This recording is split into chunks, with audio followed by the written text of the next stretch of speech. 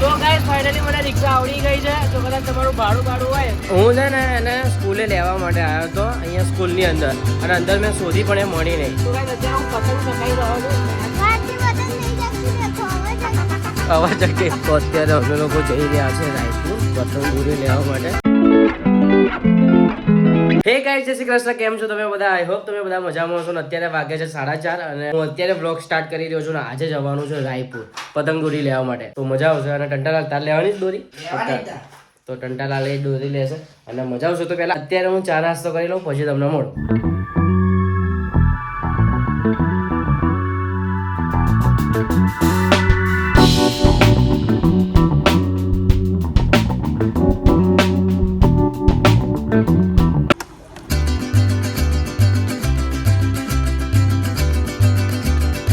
અત્યારે લેવા છે રિદ્ધિને લેવા, પણ હજુ રિદ્ધિ દેખાતી નહીં, અંદર હશે. હું છે ને એને સ્કૂલે લેવા માટે આવ્યો હતો અહીંયા સ્કૂલની અંદર, અને અંદર મેં શોધી પણ એ મળી નહીં. તો પછી ઘરે મેં કોલ કર્યો ત્યારે ખબર પડી કે ઘરે છે. મારો ભાઈ આવીને લઈ ગયો. મોડું થઈ ગયું ને મારે, એટલે આપણે એને અહીંયા લેવા આવ્યા અને મારો ભાઈ આવીને લઈ ગયો એને. હા, મારા ભાઈને મેં ફોન કર્યો. અને એક તો મેઇન વસ્તુ હતી કે મને ખબર જ નથી કે મારા બેન કયા ધોરણમાં ભણે છે. તો સરને ટીચરને પૂછવું કેમનું કે કયા ધોરણમાં ભણે છે તમન્ના. તો આ વાંદરીને હું સ્કૂલમાં શોધતો હતો, અને અહીંયા તો અહીંયા ધાબા ઉપર આવીને પતંગ ચકાવે છે. અને તું કયા ધોરણમાં ભણે? ચોથા ને? હા, ચોથા ધોરણમાં ભણે. હવે યાદ રાખવું પડશે. હા, કેમ કે ત્યાં પેલા સાહેબે પૂછ્યું કે કયા ધોરણમાં ભણે છે. મેં કીધું એ તો સારું મને ખબર નહીં. મારા ભાઈને લલિત સર ને બીજા હતા. તો એમને પૂછ્યું મેં કે તમન્ના છે, તો સારું એમને એવું કીધું કે ભાઈ નહીં, આનો કોઈ હતું નહીં. તો પછી મેં મારા ભાઈને ફોન કર્યો પૂછવા માટે કે કયા ધોરણમાં ભણે છે. તો એને કીધું કે ભાઈ તો હું તો ઘરે લઈને આવતો રહું. ક્લાસ કેમ થઈ હતી સમજી. અને તો અહીંયા વાંદરી પતંગ ચગાવે છે.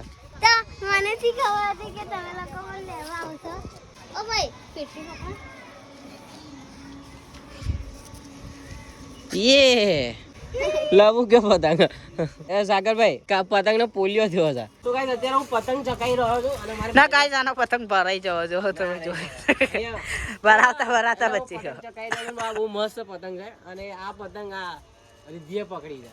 એ ધાબા ઉપર આવીને 3 પતંગ આઈ રહી જો. તો ગાઈસ હું બહુ મસ્ત રીતે પતંગ ચગાવતો હતો. તો આ વ્યક્તિએ કીધું કે લાય હું પેચ કાપું ને એમ કરીને પોતાની જ પતંગ કપાઈ નાખીને હવે રિદ્ધિને કહે છે કે લાય બીજી પતંગ લાય. એટલે આવા વ્યક્તિથી સાવધાન રહેવું ઉત્તરાયણના દિવસે, કેમ કે આ ખાલી ફાકા જ મારશે, કાપશે નહીં. એવું ના હોય ભાઈ. હા જો, અને આ બધું વીટવાનું કોણ?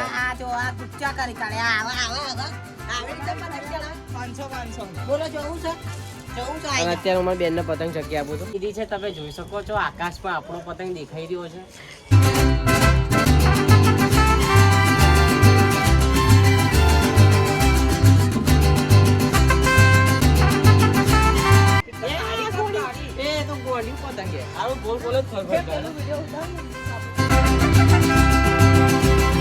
ટંટાલાલને કીધું મેં શૂટ કર, ત્યારે એક કપાઈ ગઈ ને સીધી ઊભો પાડવા માંડ્યો. એટલે આપણે મેં કીધું શૂટ કર, અને હું અહીંયા કહું છું ભાઈ શૂટ કર. આ સાગરભાઈ દેખો કિન્ને બાંધતા નહીં આવડતું, મને બાંધેલી હતી તો ગાંડી પતંગ થઈ ગઈ. ગાંડી પતંગ દઈ દો એટલે એમની જોડે બાંધાતી જ નથી. બાંધેલો જ નહીં, તારા પતંગ તારા જેવા હોય. ના બાંધતી. તું ઢીલ મેકી દે નીચે. આ ચાંદી આવશે 10 મેકી દે. જવા દેજો ઢીલ જવા દેજો. બસ મસ્ત પતંગ હતી, અને આ વ્યક્તિ કીધું ઢીલ જવા દે, અને એમ કરીને પતંગ કપાઈ નાખી. અમને આવડતી જ નહીં પતંગ ચગાવતા. આવું કપાઈ જાય ને પતંગ એટલે ચકાની ના મજા આવે. ચકતી જાય ને આપડી પતંગ ભરાઈ દીધી. જો આવડે છે પતંગ ચગાવતા. જો આ વ્યક્તિને પતંગ ચગાવતા જ નહીં આવડતી. શરત લગાઈ ને એમને પૈસા લાવ 500 રૂપિયા લાવ.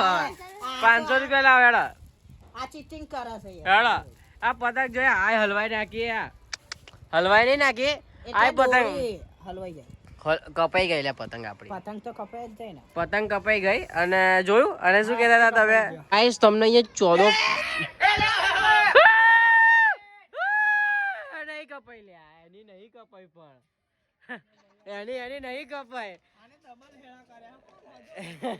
એને ઘેર જઈને લડ્યાઓ તો જાવ તો કે અમારી પતંગો કાપી નાખો તો કે બીજી વખત ધાબે નહીં આવીએ અમે ચડાવવા માટે.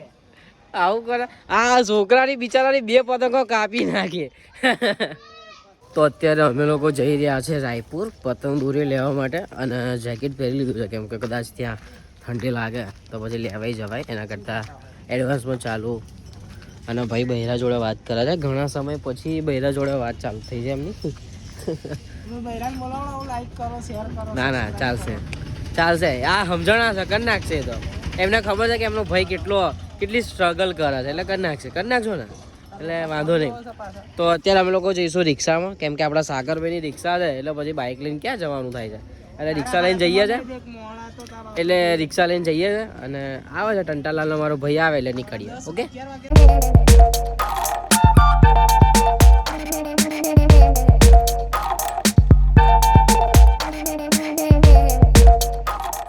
તો ગાઈસ ફાઇનલી મને રિક્ષા આવડી ગઈ છે. જો કદાચ તમારું ભાડું કાઢવું હોય તો નીચે ડિસ્ક્રિપ્શનમાં નંબર આપ્યો છે કોન્ટેક્ટ કરજો.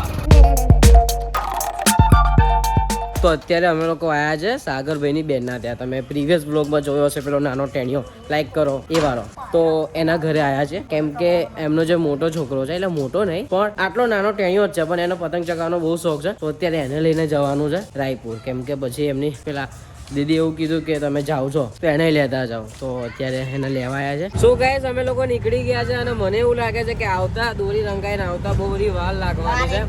12 તો વાગશે અને અમે લોકો ભૂખ્યા તરસ્યા નીકળી ગયા છે. અને જોડે જ અમારા જીજાજી અને જે પેલો યસુડો. તો લાઈક કરો, શેર કરો, સબસ્ક્રાઇબ કરો, દેવો કે સરપ્રાઈઝ કરો. તો હવે મળીએ તમને સીધા રાયપુરમાં.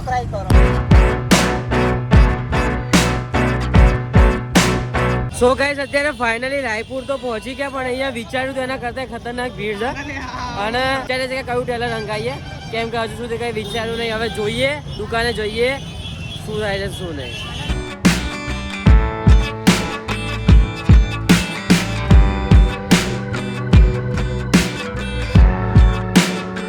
રાયપુર થી માણે ચોક આવ્યું પણ હજુ સુધી કોઈ ટેલર રંગવા વાળો અમને જોવા નહીં મળે. પતંગ ચકાવવાનો હતો તો ફિરકી લે હે શું આમ કરે પતંગ ચકાવવાનો હતો હે કેટલા પેજ કાપીશ એને પૂછતો. કેટલા પેજ કાપીશ બહુ બધા. સો ગાઈસ આટલું બધું ફર્યા પછી ખાલી 2 કોડી પતંગો લીધી છે ને હજુ બધું બાકી જ છે. આ જો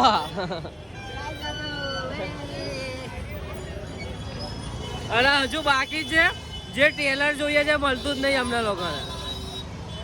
કંટાળી ગયા હરક કરીને અહીંયા આવ્યા હતા પણ નતું આવું નહીં વટવામાંથી જ લઈ લેવાની હતી ભલે મોંઘું મળે.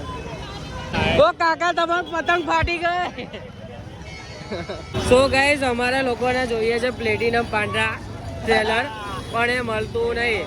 અમે જ્યાંથી અંદર ઘૂસ્યા હતા ત્યાંથી પાછા એની એ જગ્યાએ આવી ગયા પણ મળતું નથી. તો વાગી રહ્યા છે 11 અને અમે લોકો બહાર આવી ગયા છે અને જે ટેલર લેવાનું હતું એ તો ના જ મળ્યું પણ જે પતંગ લેવાની હતી પતંગ લઈ લીધી. સો ગાઈસ હું અત્યારે બહુ સખત કંટાળી ગયો છું એટલે હું તમને મળું સીધા ઘરે. ઓકે તો વાગી રહ્યા છે રાતના 2 અને જસ્ટ હમણાં અમે ઘરે આવ્યા છે. મારા બેનના ત્યાં હતા ત્યાંથી અમે લોકો જમીને પછી અહીંયા ઘરે આવ્યા. તો એટલે અમે લોકો નીકળ્યા હતા કંઈક 7-1 વાગતા નીકળ્યા ના પડે 8 વાગે નીકળ્યા હતા અમે લોકો અને આયા 2 વાગે. એટલે આમ તો હું આવી બધી ભીડભાડવાળી જગ્યાએ જતો જ નહીં કેમ કે મને ગમતું જ નહીં પબ્લિક પ્લેસ. આ તો હું તમારા કારણે કહેતો તમને બતાવું હું એટલા માટે. અને બહુ ખતરનાક રહ્યું આજનો દિવસ. ત્યાં એવા બધા ભોંપળા વગાડ્યા હાઈ ગયું માથું દુખી ગયું મારું તો. અને ત્યાં એક કાકાને મેં કીધું કાકા તમારી પતંગો ફાટી ગયેલી. કાકો જોવા માંડ્યો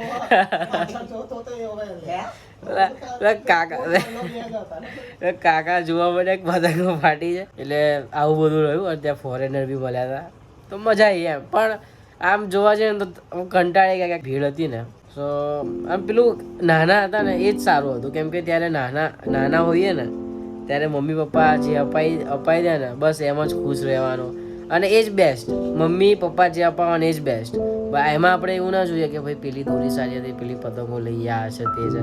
મમ્મી પપ્પા આપે એ બેસ્ટ, બસ આટલું જ હતું. અને એ વખતે મજા આવતી હતી. પણ સારું અત્યારે શું ખબર છે, હા પેલી દોરી લઈએ, અહીંયા નહીં મળતી ત્યાં જઈએ. એટલે એવું થાય છે ને. એટલે પેલું જે બચપન હતું ને છે, એટલે અત્યારે થોડો નાનો જ છું પણ પેલું હાવ નાનું કહેવાય ને એ વાળું. તો કંઈ નહીં. અને હા, હજુ દોરી લાવવાની તો બાકી જ છે. હજુ જે દોરી લીધી જ નહીં, કેમ કે દોરી રંગાવાની હતી. એટલે આવું છે. પણ એ તો કાલે મારો ભાઈ જશે, સાગરભાઈ અને મારો ભાઈ જશે ઘી કાંટા, અને ત્યાંથી ટ્રેલર લઈને આવશે અને ત્યાંથી રંગાઈને આવશે. સો આવું બધું છે. તો બસ આ વ્લોગ આપણે અહીંયા જ એન્ડ કરીએ છીએ. જો આ વ્લોગ તમને ગમ્યો હોય તો લાઈક કરી દેજો, તમારા ફેમિલી, તમારા મિત્રો સાથે શેર કરી દેજો. અને હા, ખાસ કમેન્ટ કરવાનું ના ભૂલતા કે આ જે વ્લોગ તમે જોઈ રહ્યા છો, હા તમે જોઈ રહ્યા છો, આ વ્લોગ તમને કેવો લાગ્યો, કેવો નહીં. તો બસ મળીએ એક નવા વ્લોગ સાથે. ત્યાં સુધી જય અંબે, જય મોગલમાં, જય મેળીમાં. Bye bye.